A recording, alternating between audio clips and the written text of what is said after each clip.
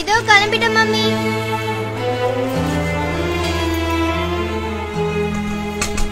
சீக்கிரம் கிளம்ப மாட்டீங்களா? ராதிகா, நெஞ்சு கறிக்குதுமா, கொஞ்சம் வெந்நீர் வச்சு கொடுத்துட்டு போமா.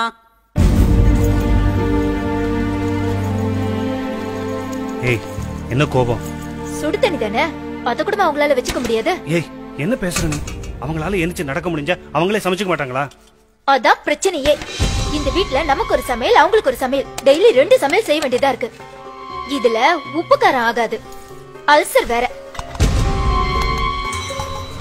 ஆபீஸ்க்கு போயிட்டு வந்தா எங்கயாவது நிம்மதியா கொஞ்ச நேரம் உட்கார முடியுதா? திரும்ப நைட்டுக்கு 2 சமையல் செய்ய வேண்டியதா இருக்கு.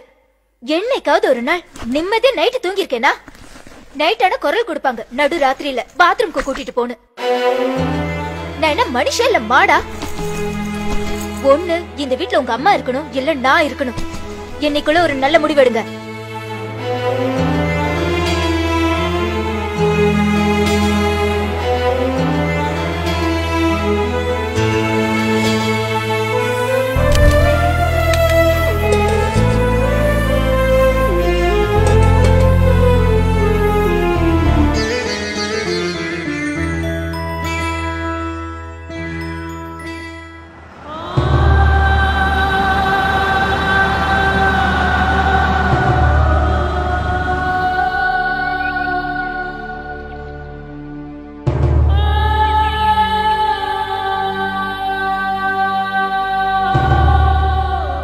சைன் போடுங்க.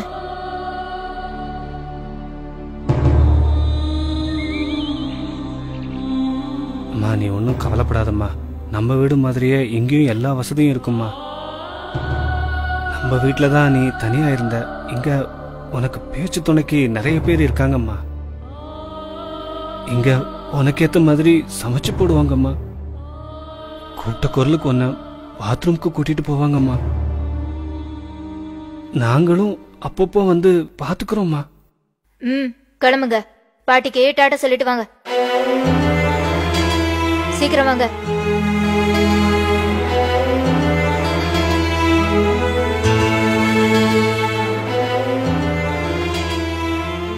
அக்கா, பாட்டி இனிமே நம்ம வீட்டுக்கு வரமாட்டாங்களாக்கா? ஆமாடா, இனிமேல் வரவே மாட்டாங்க. அப்படின்னா நாமும் வயசான உடனே நம்ம அம்மாவை கொண்டு போய் ஆசிரமத்துல சேர்த்துருவோமா? நீ சொல்றது சரிதான்டா. வயசாயிடுச்சுன்னா கொண்டு போய் சேர்த்துட வேண்டியதுதான். சரிக்கா.